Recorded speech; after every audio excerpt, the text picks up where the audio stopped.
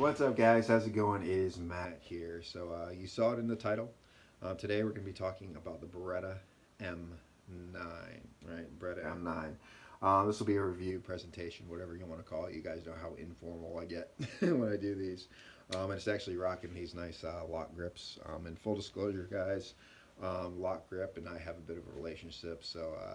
They say, hey, want to test out our grips? And I say, yes. And then they send me grips and I test them out because I really like them. And then I tell you about them. And if you want, there's a link down below in the description. You can go check them out. I don't get paid for it or anything like that. They just send me the grips and I really like them. So that's your full disclosure right there. So let's get into the Beretta M9. This is by far one of my favorite pistols of all time. When it comes to pistols, there's two pistols that I absolutely love. And you guys know what my first one is. I love 1911s. And the second one would be the Beretta M9. I also love classic SIGs. I really do like classic SIGs. But over the years, I've leaned more towards Beretta when it comes to a classic double action than a Sig Sauer, classic Sig Sauer. But anyway, I'll give you a quick little overview about this and tell you about the pros and cons of a Beretta and why this has actually become my carry gun. I grew up in the 90s. And name one Hollywood movie, no one good Hollywood movie, that action movie that didn't have one of these bad boys in it, right? That didn't have one of these in it.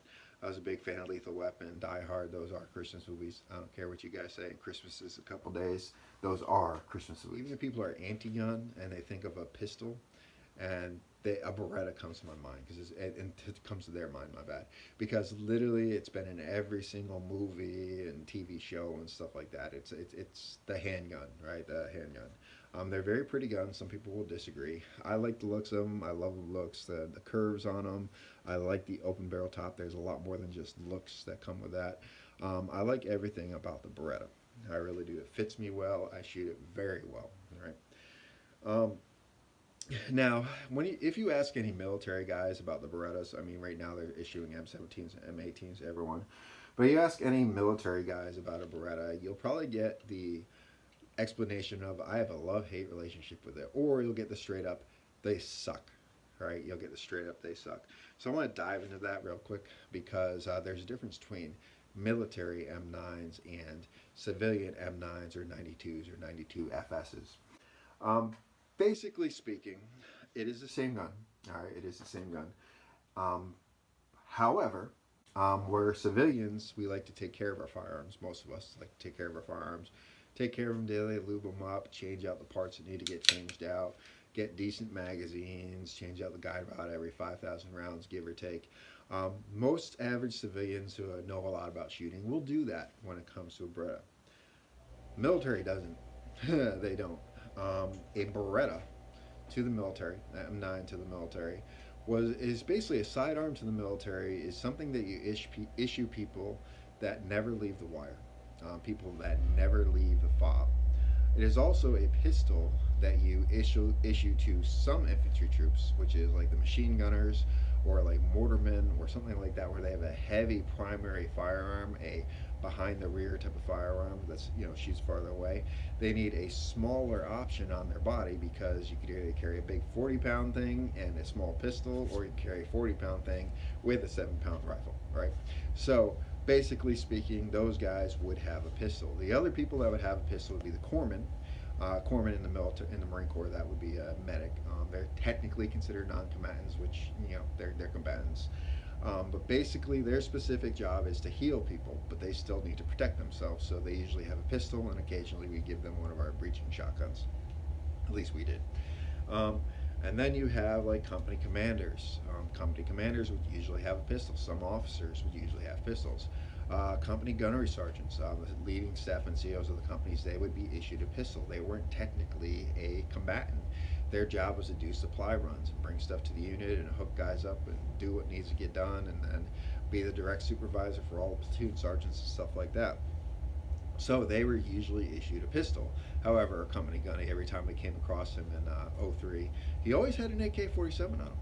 And then the company commander would take it away from him and says, "Hey, we issued you a pistol, so you're supposed to be doing this. So here's your pistol." And then we'd see Gunny, a couple more miles down the road with another AK-47, and we love that Gunny. He was a great dude. But anyway, so basically speaking, the M9 is an issue to everyone. And when it comes to infantry, there ain't a whole lot of training with this. I mean, I remember the way how the infantry taught me how to use this thing is they say, okay, there's a target. They set up some fading helmets at the time. Hold the thing, point it. Here's the safety, and pull the trigger. And then a couple of them would say, and I'd be like, wow, that first trigger is really tough. They say, I'll just pull it really fast and then get to the other rounds afterwards because there's a great trigger pull after that first one. So just yank that one off real quick and hit it with the other ones. That's the extent of infantry training when it came to a Beretta. So it wasn't exactly the greatest. We were great with rifles, but when you go to the pistols, it's a completely different ball game, especially when it comes to shooting. So we didn't get a whole lot of training when it came to pistols. Now, keep that in mind because that's what the military saw, the higher ups, the brass, whatever you want to call it, the politics, see when they see a pistol in the military. So when it comes to maintaining the firearm, and I mean we physically maintain them, oil them, lube them, clean them, all that stuff, but actually like changing out parts that need to get changed out and stuff like that, and springs and magazines, they just didn't do it. Why would I put all this money to these pistols when the rifles, the machine guns, and the grenade launchers, the Mark 19s, and the the 50s, that's what's the frontline stuff. So they put the money into that stuff, and the kind of pistols kind of took back end. I mean, heck, you get them and you issue them in or something like that. They take them and throw them in a box, right? When you're overseas, all right, we got to go back to seas, so they toss it in, clear it, toss it in a box, right, and then box it up, lock it up, and put it on the plane and bring it back home. I mean, that's just how they're taken care of. So basically speaking, military M9s weren't taken care of. They weren't functioning very well because of that. Some of them weren't functioning very well because of it. Now, in the same though, I've also seen them to the point where the magazines, you could turn them upside down, you could see the rounds falling out because the magazine was in such bad condition. However, the second you load it into the gun and rack it, the darn thing shoots, right? And it just shoots and shoots and shoots and doesn't have a malfunction. Don't ask me how it did it, but it did it, right? So this gun is one of the most reliable, especially all the crap that these pistol guns. So I've seen dudes hammering stuff with them, right?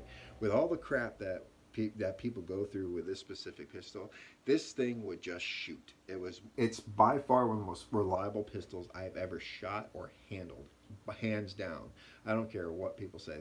Hands down, this is the most reliable pistol I've ever shot in my life because I've seen what infantry guy, when you look at Marine infantry guys and how they treat their pistols, whew, you'd be, losing hair over it. I mean, it's pretty bad. And the gun still works. It just still works. Now, another thing that is great about this pistol is how accurate it is. This is one of the most accurate pistols I own. One of the most accurate pistols I own. The other day I went to the range to break it in with ammo shortage, so I couldn't do the quite 300 rounds that I usually do to break it in. So I did like 120 rounds, I think it was.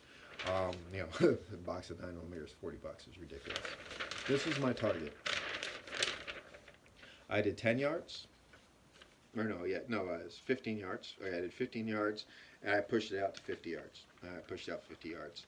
So this thing shoots. For me, a Beretta shoots very well, and I'm aiming center mass, and this is what I'm doing. That's some good grouping. That's 120 rounds right there, give or take 120 rounds. So they're very accurate guns. Now, another thing that I want to explain to you when it comes to this gun, what makes it so accurate and reliable, is the basic design of it. So basically speaking, M9s, Beretta's 92 models, they have an open slide design. You see the barrel. You can actually see the barrel that's going all the way through here. Now, when you open it, all right, the barrel is stationary. Barrel does not move. See that? The barrel does not move. So when a magazine is loading into it, unlike a lot of guns, when it hits the feed ramp, it's got to be pushed up into it. In every single pistol, there's a feed ramp. I'll show it to you on this clock here. I don't know if you can see it with the camera. It's hard to see in the lights, but you see the little feed ramp in there. It's a deeper feed ramp, so the rounds go in there, they have to feed ramp, and they have to feed into the barrel. Now, also keep in mind, this is locked back to the rear, and what you notice the barrel is doing, it raises and lowers. That's how this is designed. When this goes forward and back, that's what it does. It raises and lowers, okay? Watch, let's push this back, just watch this. It goes down, okay? So this is always moving on this, all right? So this is always moving on it. Has a smaller ejection port, whereas the M9 has this massive area for ejection, all right? And the barrel does not move. When the rounds are literally feeding into it, literally if you put a magazine in here, they are almost directly lined up to this barrel. So when you load up a magazine, it is literally directly fed into the chamber. And this thing, because of it, this thing becomes very, very reliable. You get sand on it and stuff like that, and it shoots. It usually shoots. The only thing that would suck is the magazines. If you got sand on the crappy magazines that we have to wipe them off. Otherwise, they get all stuck in there, right? We'd have to wipe off the inside and stuff like that too. And they switched that out. They got new magazines when I was getting out that replaced that. So basically speaking, the Beretta M9 is a phenomenal pistol. It is a great shooter. It's a very, very reliable gun. However, the military ones weren't in the best condition, so there's a lot of vets that are not a big fan of it. Now, there's a couple other issues that are out there when it comes to the M9s. This is standard M9s, the M9A1s. Basically, I'm 6'1.5". I have average to large size hands, so for me, this grip, I've never had an issue with a Beretta grip. Never had an issue whatsoever. However, it is a fat grip. It is a fat grip. When I put these on there, actually these Lok Grips on them, it actually makes them a little bit thinner. Very aggressive, which is kind of nice too. The standard grips they come with are these plastic ones right here. There isn't really much give on them either, so if your hands get sweaty and wet, your hands slip and slide all over it. So I always like kind of aggressive grips on it. But this thins it out a little bit. But even with standard grips, my hand fits on it fine. However, I've seen smaller stature female lieutenants. She was out in the range qualifying. She was trying to shoot, and she was literally shooting the ground in front of the target. And it wasn't just she was flinching. Yeah, she was flinching and stuff like that too. But it's because her hand just could not fit on the M9. The reason behind it is the way how you test a pistol to your hand is when you hold it. One of the things you want to look for is when you put your finger on the trigger. Obviously, you clear it prior to this. Is you don't want this finger touching the frame at all. You don't want this finger touching the frame whatsoever. See, there's a gap here. So if it's touching the frame, that means it's too small for you. So when her hand was on this gun, the tip of her finger was barely reaching that trigger. And when you have a double action trigger like this, you need to get good leverage on there in order to be able to pull it back. It takes a lot of training to do it, but you need a decent amount of leverage to be able to pull it back steadily.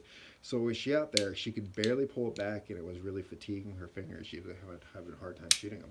And I saw that happen to a good amount of people that had smaller hands. So that was a big downside to the Berettas. It had a very big grip on it.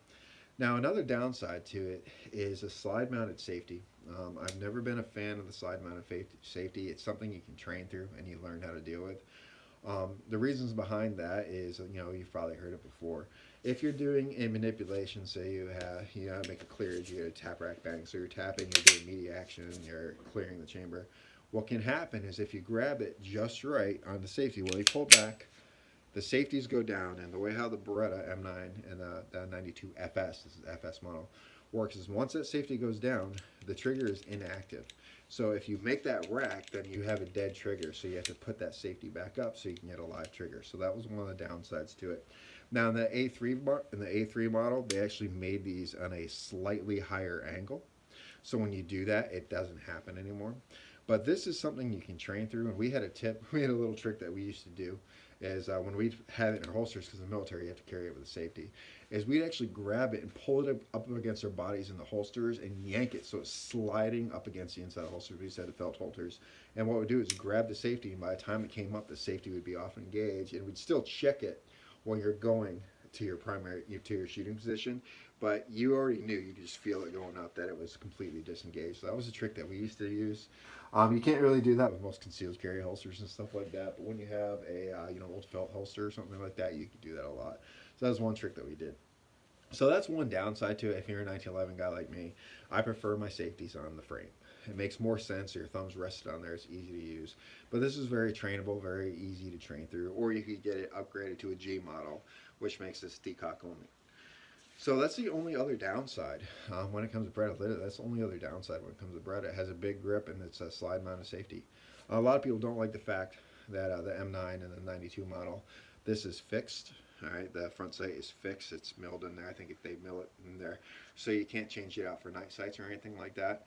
It doesn't really bother me that much. You don't really need night sights. If you have a flashlight, you're good to go. Night sight's nice, yes, I do like night sights, but you really don't need them. And literally is when I point this thing and shoot it, and I can make holes like that with it just non-stop back to back, just center mass holes where I want it to go. It'll aims. I'm not too worried about it. Now this one also has the older dual model, which I like. The 2-dot or the line and the dot sight. I kind of like that little lineup compared to 3-dot. You know, it's kind of nice. You know, it's just kind of a little classic feel to it too. But there you have it, guys. This is the Beretta M9. Great pistol, guys. It's one of my favorite pistols. It is my now concealed carry pistol. It is. Yes, you can concealed carry it. And all the people that say this is a heavy gun, man, that's a funny thing too. Yes, it's a big gun. But I handed this. I was showing one of the guys that I work with. He's, you know, he's more hunting and stuff like that. He has some old like Sharps rifles. It's just really pretty rifles, and we talk about guns. So I cleared this, and I pulled it out, and I showed it to him because he'd never seen one firsthand, and he's always seen it in movies. And he's like, "Man, this thing's good." The first thing he said, "Man, this thing is light." Right? And most people are like, "What are you talking about? That's ridiculous. It's a heavy gun." Yeah, but it really isn't that heavy. It really isn't that heavy. It's something you get used to. And if you're a dude like him that, you know, it can freaking do 2 shots with a nail and a hammer, it's like, yeah, really? You know, it's really not that big, that heavy a gun. And yes, you can conceal it. It's a fatter grip, but because of the tapering and stuff like that, it actually conceals very well with the right holster. And right now I'm just using leather inside the waistband with a slight cant on it, and it makes the thing disappear. I've also got this nice vest that I've been, testing out. I'll do a review on this from Proper. And it's kind of a cool little vest, a little bit longer for concealed carry and whatnot. And I'll do a whole video on that later. But there you have it, guys. Beretta M9, one of my favorite pistols of all time. I hope you like the videos, guys. Like, share, subscribe, tell your friends about me. And remember, guys, it's our responsibility to take care of each other and protect each other. Peace.